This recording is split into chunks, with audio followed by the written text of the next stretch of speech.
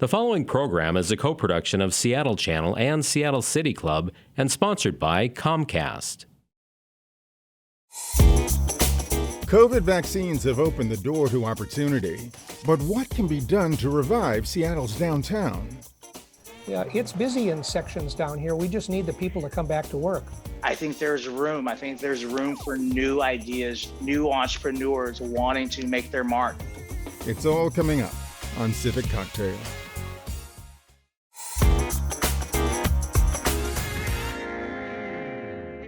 Good evening, everyone. Welcome to Civic Cocktail. I'm Joni Balter. We have a terrific show for you tonight.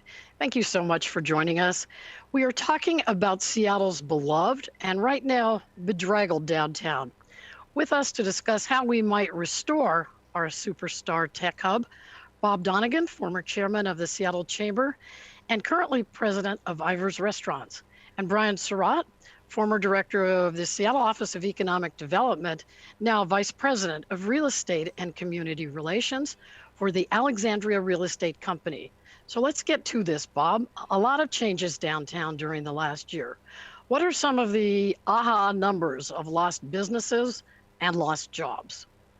So Joni, it's been bad news and good news, with good news increasing recently.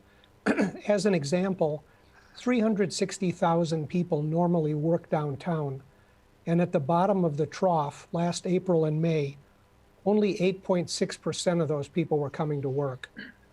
As of last month, April, the Downtown Seattle Association estimates that 20% of those 360,000 people are coming to work. That's good news. We've seen an increase in traffic on Interstate 5. Wait, is that good news? Well, it means more people are coming to town and passing through town. In a normal period, Interstate 5 at South Lake Union sees about 1 million vehicles a day. In April and May last year, it was down to 600,000 vehicles a day, and now we're back up to 1 million. So people are out and about more. Residency, typically 84,000 people live downtown in apartments and condos. In last spring and summer, about a third of them were not living downtown, and about 1,203 apartment people left downtown. Most of those people have come back, and in the first quarter of 2021, 907 new people have moved into downtown. So there was bad news, and it's improving gradually. The Downtown Seattle Association tracks the number of business openings and closures, and despite a loss of about 275 businesses downtown, the latest list shows 24 new business openings in downtown in the last few months. The bulk of them are restaurants, but there's also pet care, financial services, salons, and some retail. So downtown is slowly, in this spring season, starting to come back to life. So bring you in here, Brian, and setting the table, as you said earlier. How do you see the trend lines downtown? You know, I'm sure you saw that article in the Seattle Times earlier this week that talked about demand for office space actually rebounding a lot. What did you think of that? Well, I think, to Bob's point, the reality is 2020 was hard. It was hard on our town and our central business district. But we're also starting to see glimmers of hope. There is light at that end of the proverbial tunnel. And when I think about last year, it's been really a period of reflection and reckoning and hopefully what I believe to be a renaissance for our community. And what we need to recognize, though, last year, it wasn't just the pandemic that we're dealing with. It was a pandemic and then the subsequent economic and fiscal fallout that we saw. And then on top of that, this social justice movement that really captured all of us, because we had nothing else to do but sit at home and watch this happen not only in our city, but across the country. But that being said, I feel so strongly about this city. Cities have always been a powerful human organizing force. And I really do believe that we have to kind of step back. And when I said reflection, being able to step back and recognize that humans and cities have endured pandemics before. And if anything, they have emerged stronger, better imagined, more productive as communities, and again, as organizing tools. And I just believe that the clustering force of cities will be more powerful than this pandemic in the long run. So all those glimmers that Bob noted at the end, I think they're tracking and they're signaling something really powerful. Well, let me stay with you for a second, Brian. I just want to ask you, so small business, so many small businesses had such a rough year and experienced so many closures and so many troubles. And I'm just wondering, like, as you look like today and you know, maybe it's like some of the office space or something like that, but how would you describe the state of small businesses downtown today? Well, I think 2020 again was devastating, especially to small businesses. And I think another thing that people learned, and it was frankly, it was a shock lesson around how interconnected this economy is. That the upper floors of our office buildings, they are not only essential to just kind of productivity and innovation in our downtown core, but they're essential to the survival to those small businesses on the ground floor. That the reason why non-workers and residents want to flock to downtown because they want to frequent those establishments on the ground, and so they have been decimated.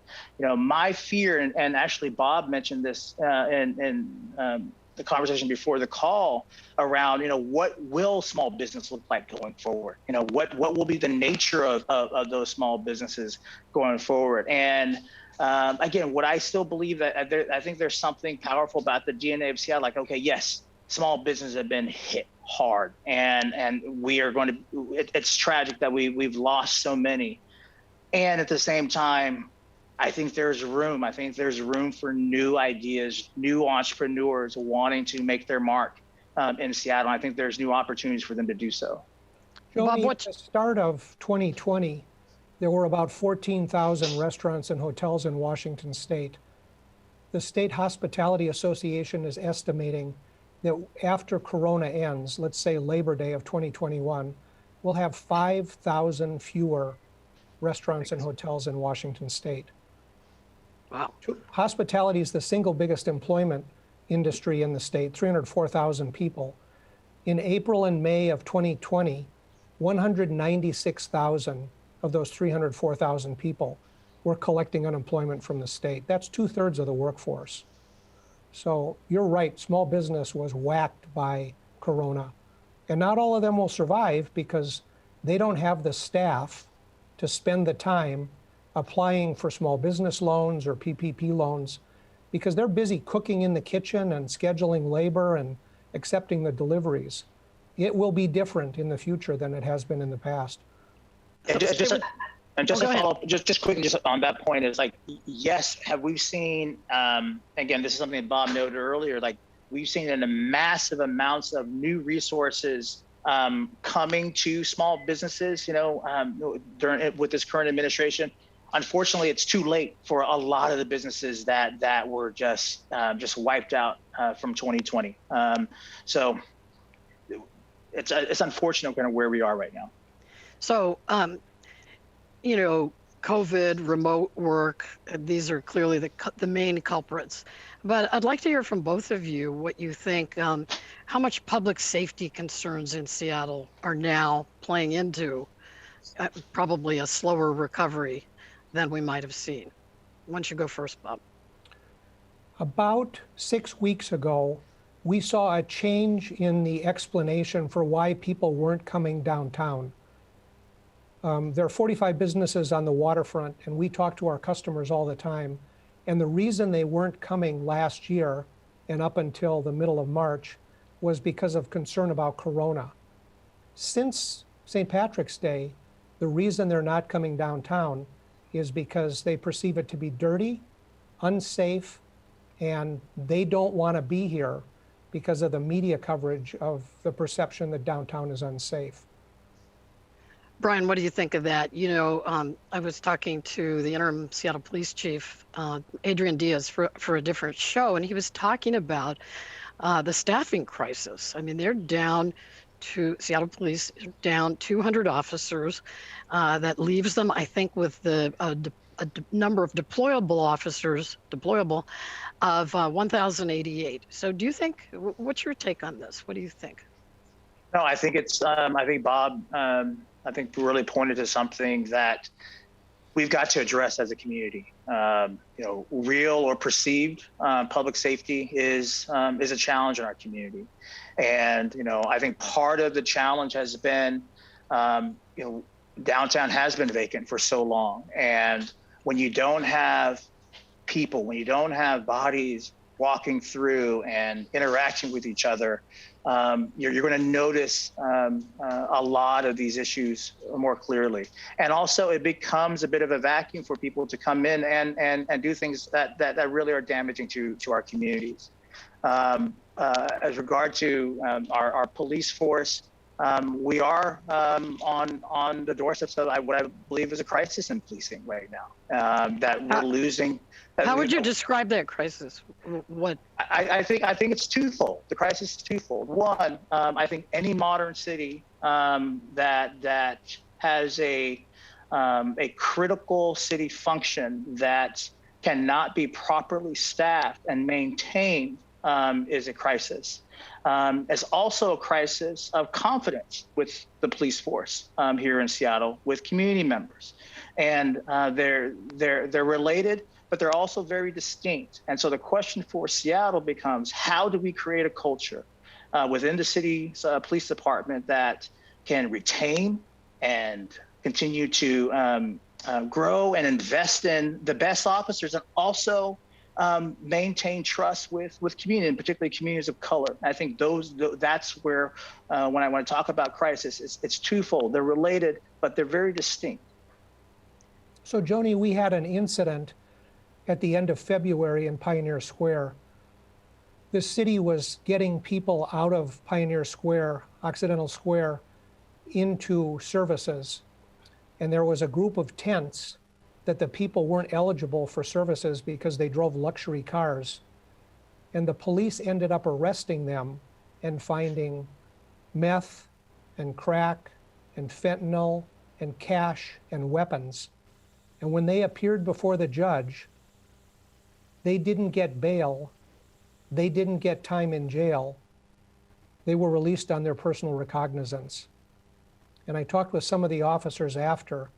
What kind of incentive do you think that gives them to do their best to keep downtown safe?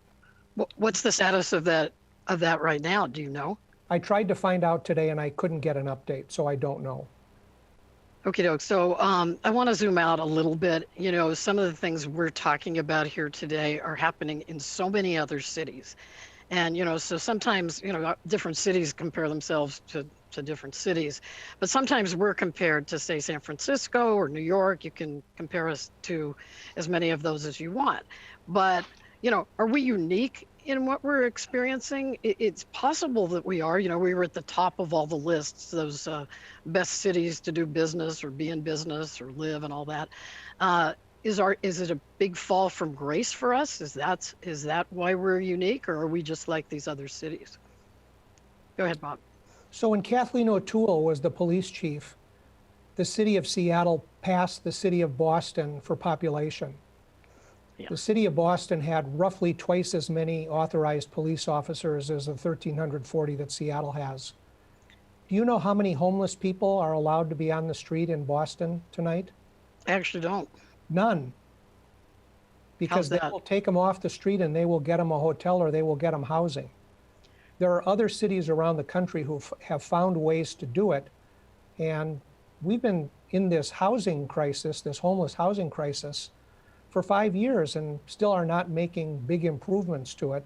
I think it's why the Compassion Seattle people with this initiative are getting such strong response, that the community wants those people to get into treatment and off the street to make the street safer, both for them and for the community. So Brian, what kind of comparisons do you make to Seattle? Our experience now of trying to recover from this pandemic. So here's what I want. I'll be really honest with you. Last summer, I grew really, summer and the fall, really frustrated with a lot of the national narrative about Seattle. I can't tell you the amount of times I got phone calls from my friends and family in the Midwest, on the East Coast, asking, "Are you okay, Brian? Are you okay?" Thinking that Seattle is an absolute war zone. And same thing with San Francisco and other cities. And what I don't want us is to fall into and buy into that narrative about how Seattle is dead, and it's far from that. Sometimes as Seattleites, I feel like we fall prey to that, and we double down on that. And I just want to say that really just loud and clear. Do we have our challenges? Absolutely. But we're, I just. Well, hang on a second there. So yeah. I would like to know how much that national trash talk of Seattle impacts our downtown. I mean, did it make you less likely to go there, or people that oh, I'm not going downtown? I mean, Sean Hannity on Fox, sometimes, every time he was talking about Seattle, I got the same phone calls you got. Mm-hmm. I'm sure lots of people did. Every time he was talking about Seattle, he'd have like all caps across the screen, crazy town, or, absolutely can't make it economically. They would say all these things about Seattle just in a slump, or they'd really picked on Seattle. Did that change behavior? Absolutely not. It's not. Well, I'll tell you, with me and my kind of family unit, we all live in West Seattle.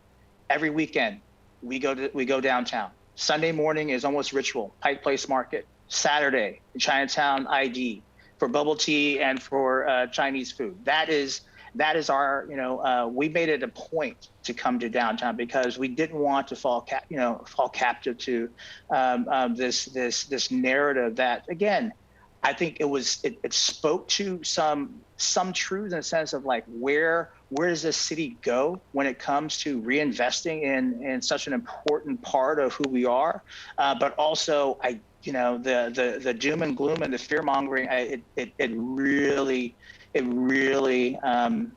rubbed me the wrong way, because part of it is what we need going forward is action, is a commitment to a place that we all love. And so, and I want that energy to come from a place of excitement for what the future can look like. I obviously don't want to be Pollyannish about it. It's like there's some real challenges that we have to deal with, and I agree with Bob that the public reaction to Compassion Seattle speaks to folks want to say, okay, what we have right now, or what we had prior to the pandemic, and what we endured is not tenable anymore. We have to try something new and different, and that's the energy that I get excited about. So, Bob, I wanted to ask you about the trash talking. I'm sure maybe you got the same phone calls from friends across the country, but do you think that impacted locals or people from around the Puget Sound region from saying, well, I'm not, I saw that on Fox, so I'm not going downtown? We know it's true. When we ask regulars to the waterfront, hey, how come we haven't seen you in a while? They'll tell us that they feel unsafe coming downtown. And we remind them that the waterfront is different from downtown. Is this anecdotal or, it's anecdotal. Or yeah. Everything's anecdotal in the last year. There's not been much market research done. But here's another data point for you.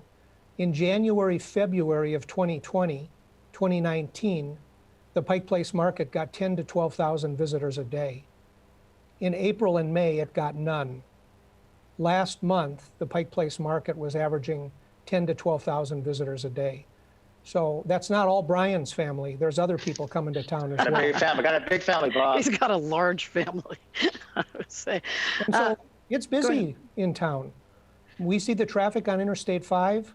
We see lots of families riding bikes, walking the waterfront, coming to the new Pier 62 concert pier. Yeah, it's busy in sections down here. We just need the people to come back to work. Well, that's a perfect segue to the impact of arts and culture on the recovery, on the just overall feelings to downtown.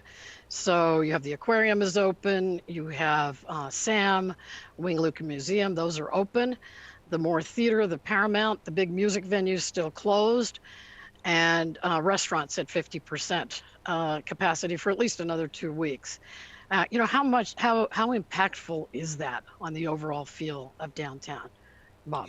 It's clearly impactful. The aquarium, which has a self-imposed limit of 15% of capacity, is selling out.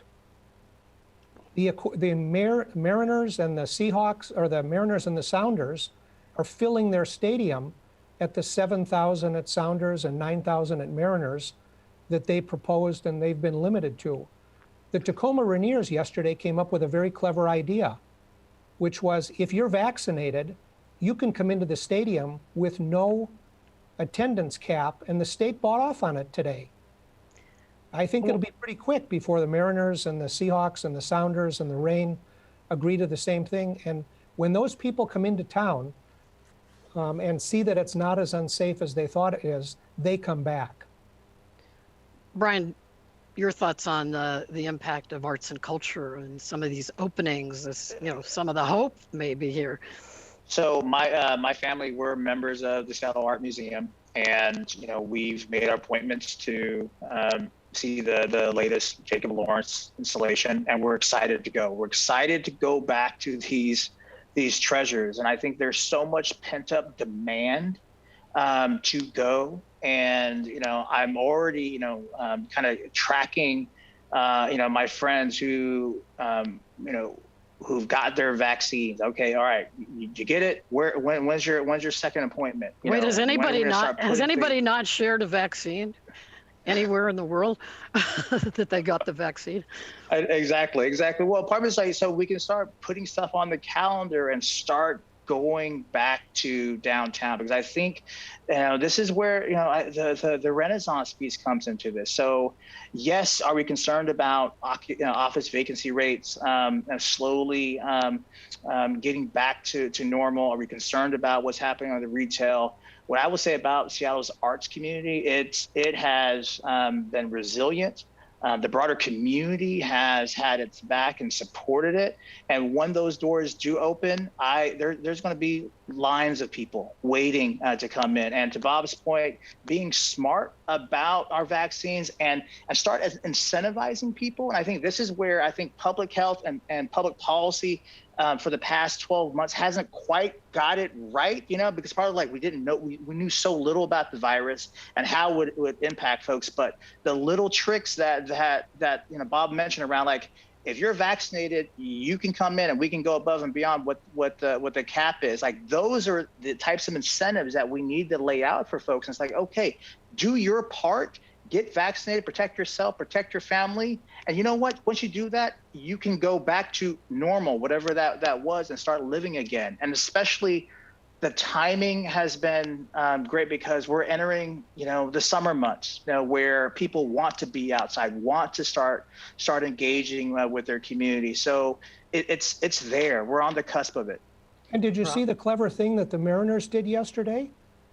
You can show up at the game, go out to Edgar's Cantina in left field and get a vaccination without an appointment.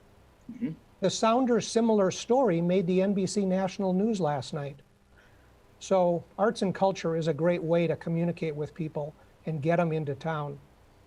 So Brian, John Scholes at the Downtown Seattle Association says we have to give people intentional new opportunities to come back downtown. What's a good example of that? Oh, wow. That's so good. It's so interesting. When I was at the city, our streets, our public right-of-ways were arguably some of the most over-regulated assets that the city has had, and everyone has a stake in it because it's, they are public right-of-ways. They belong to all of us. But what the pandemic and the economic fallout forced us to do was, we need to expand our imagination on what streets can be, right? And so there's always been this movement around, kind of pulling out and using the streets as gathering places. And if anything, the pandemic has been an accelerant for these things. And so when I go downtown and into some of these neighborhood business districts and seeing, people literally in tables in the street and people walking, and like that is what could be. And so what John is talking about, though, some of those intentional things, I know some of my downtown business friends are going to say this is crazy, but what if we were to open up, and make it car free, the Pike Pine corridor once a month, no more cars in Pike Place Market for a week or whatever, just as that draw to kind of get people in a very, because you want people to have experience, you want them to congregate, and that's what downtowns are meant to be. It's clustering, bringing people together. And so what are those sparks? And I think our streets are an important part of that. So Bob, Brian, what do you think of on that? Brian, how many people does the city employ in the Muni Tower? I think, if I recall, I don't know, 8,000, 9,000, something like that, yeah. So I've been unsuccessful in getting the city to bring people to work back downtown. That would be a great first step to indicating that it was safe down here and bringing some life to the upper part of downtown. Well, to that exact point, Bob, Amazon, 55,000 employees strong, is saying that employees must come back, or most of them must come back by fall. Isn't that an important switch? The Downtown Seattle Association is tracking employers and when they're bringing people back to work or allowing people to come back to work. There's a cluster that are coming back in June. There's another cluster coming back after Labor Day. There's a huge cluster coming back in December. And I think if the city brought people back to work, it would accelerate the other organizations to bring people downtown. They miss coming to work. They miss seeing each other. I agree with you 100%, Bob. It'd be actually, frankly, a poetic bookend to how Seattle and King County started its pandemic response. When you had the county executive, you had Amazon, you had Microsoft saying, this is what we're going to do. And that sent a signal to the marketplace. Okay, folks, our largest employers in the region, our government is going to take these actions. And to Bob's point, on the bookend, Amazon's already making those signals. I think it'd be great for one of our larger downtown employers to send that same signal to folks. Like, downtown is not only open for business, but we want folks to come back. So, Brian, I think we're kind of getting somewhere here. This urban studies theorist, Richard Florida, I don't know if you've heard his name, he says some mid-sized cities like Portland, Austin, and Boise could rebound more quickly than a city like Seattle, for example, because they wrote specific comeback plans. Do you know if Seattle has any such plans? I mean, we're talking about maybe the city does it, Amazon's helping, but is there a specific comeback plan that could help us in that regard, and is there one?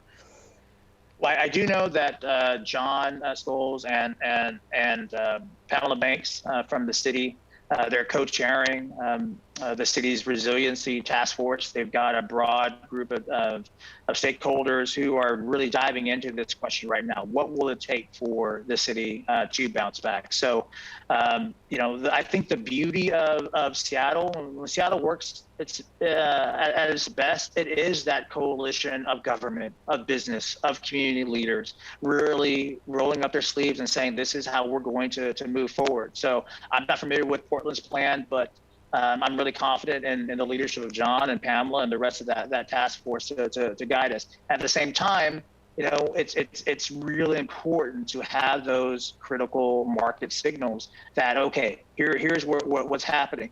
And also, I don't want to undersell this.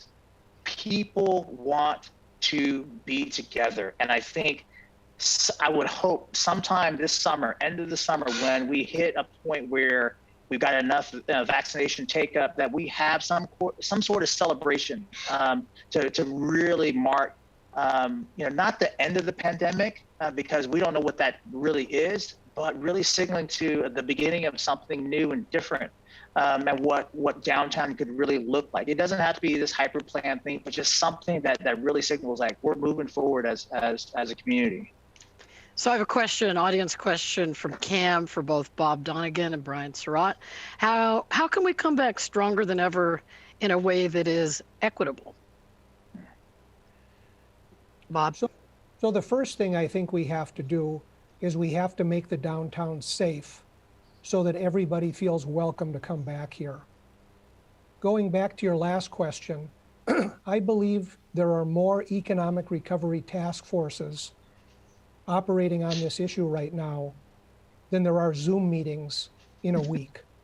Greater Seattle Partners has one, the city has one, the chamber has one, the PSRC has one, and the number one principle that every one of them declares is this has to be an equitable recovery for all.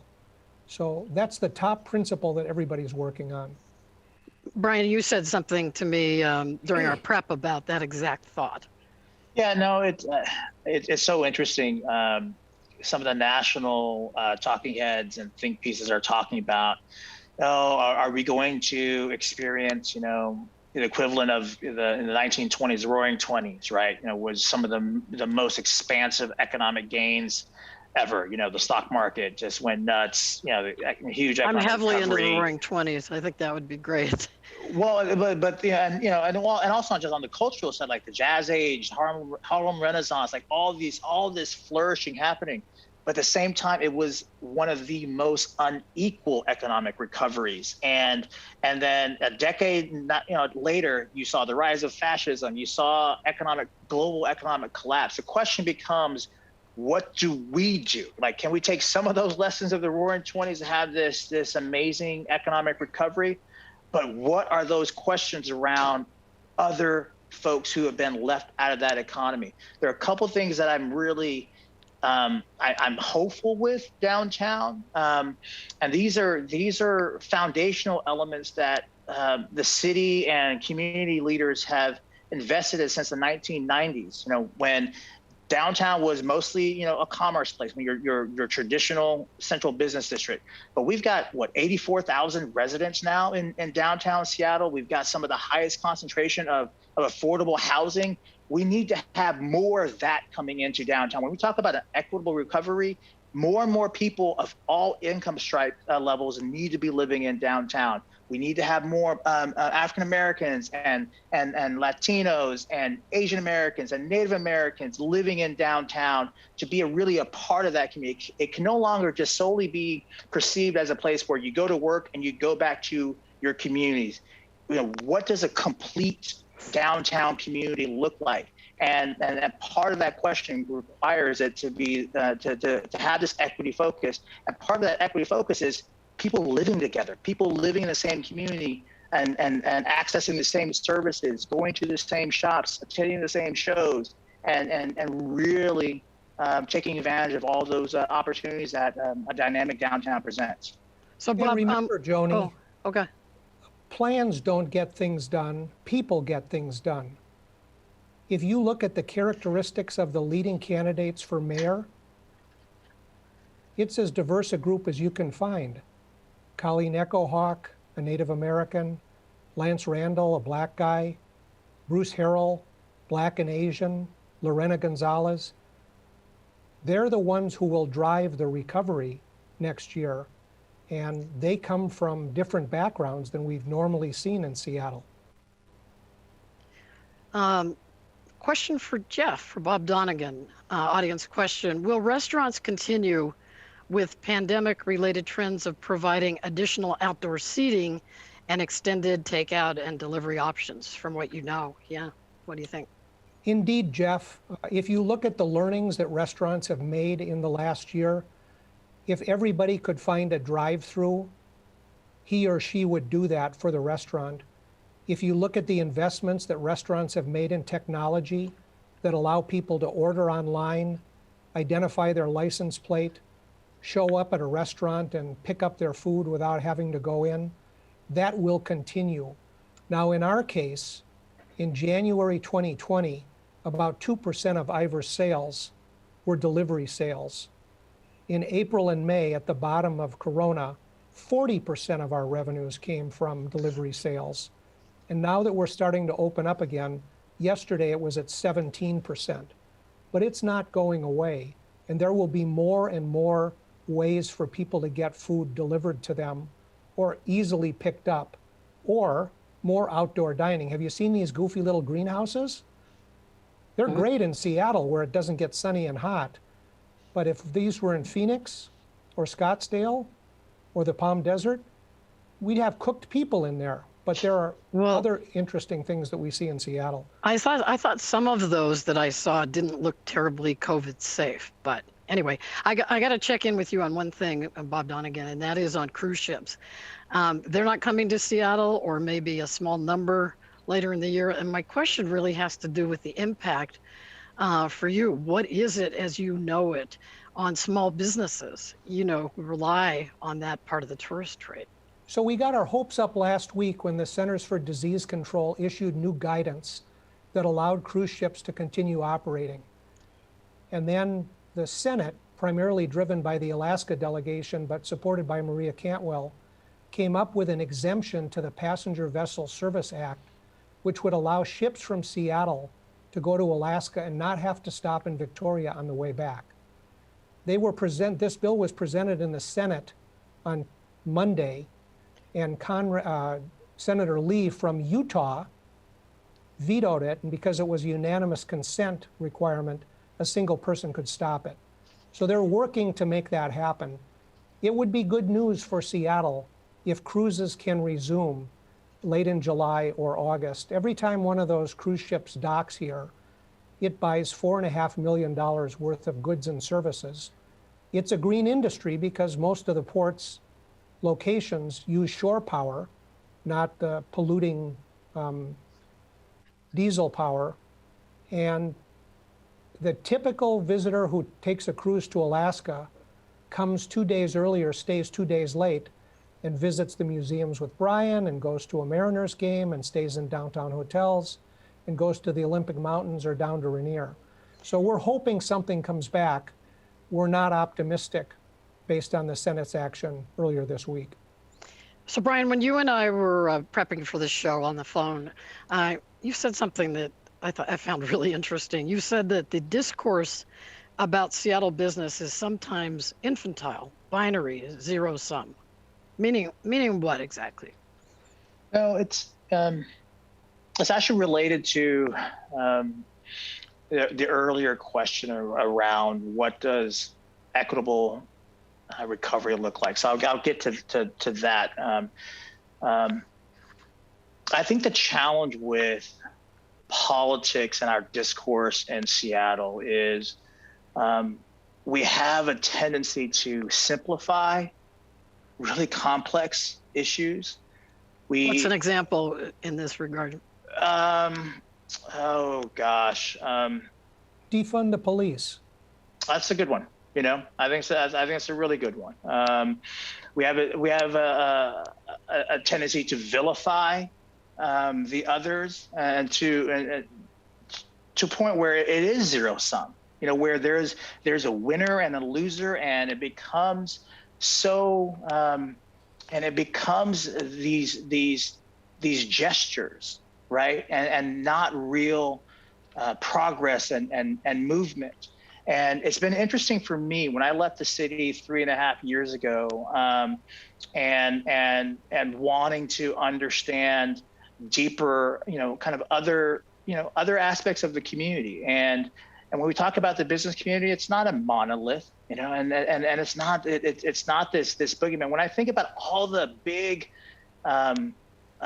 efforts that really have transformed the city, that frankly labor and progressives have been behind, the business community has always been there as well. From transportation to housing to education, the business community has always been there. And so the frustration that I have with the conversation is oftentimes businesses is not brought to the table to address some of these really, really hard questions. It's been interesting for the last 8 months since the height of last summer, the height of the racial reckoning. Just getting back to the question on what does equitable recovery look like, I have been genuinely shocked, pleasantly shocked, how a lot of members of the business community have been asking the question around what does this racial reckoning really mean? What does it mean for us? Where's our complicity in a system that has been systemically racist against Black and brown folks and Asian folks and Native Americans? And so there have been real conversations that folks in the business community have. I'm a member of the Downtown Seattle Association, and that's a conversation that we've had at the board level. Have they been easy conversations? Absolutely not. But those are conversations that 20 years ago, 30 years ago, I would venture to guess that topic is not coming up at all in that particular circle. So I'm running out of time here, but I do have a final audience question from Kevin for both Bob Donegan and Brian Surratt. We'll start with you, Bob, and if you're tight, we'll be able to get to Brian, and if not, maybe not. How can we create downtown spaces with a sense of beauty and art that are evidence of the Renaissance we're all trying to imagine? Even if you come downtown Seattle today and walk the neighborhoods, you will see the plywood fronts on buildings that have been covered over by artists. If you look back at the Seattle Times Pacific section of a few months ago, Jean Sherrard photographed dozens of them. They're gorgeous. So come on down. There's beauty everywhere down here. Brian, real quickly. Well, I'm really excited about every time I go downtown, I like to drive along the waterfront, and that transformation has been amazing. I think about what's happening with Climate Pledge Arena at Seattle Center, just to the north of the downtown core. The convention center, what Matt Griffin and his partners are doing there. This city is investing in itself because it believes in itself. And money also wants to make money. And that is also, so it's not just sentiment here. Capital is following and betting on Seattle. And I hope that we can all muster the energy to really support, again, this Renaissance that's coming. And Bob, just really briefly, the waterfront, the infrastructure projects preceded expanding the convention center. Will they happen in time? Will they be able to help the Renaissance we're speaking of? Well, the good news about the JP Morgan public finance debt for the convention center that came out 2 weeks ago, that project will stay on schedule now. And of the 27 events that have canceled, 17 have already rebooked. We have 7 conventions scheduled for the new convention center in 2022. The waterfront park is on schedule. The aquarium is on schedule. It will be transformational, which was one of our goals. Sounds very good. So we have been catching up here this evening with 2 gentlemen who know downtown Seattle quite well, Brian Surratt and Bob Donegan. Civic Cocktail returns in June with a look back at the year following George Floyd's murder. A lot has happened in Seattle and around the country. We will discuss some of the progress made and steps we still need to take to create more equitable communities. Thank you all so much for watching, and good night. Thank you.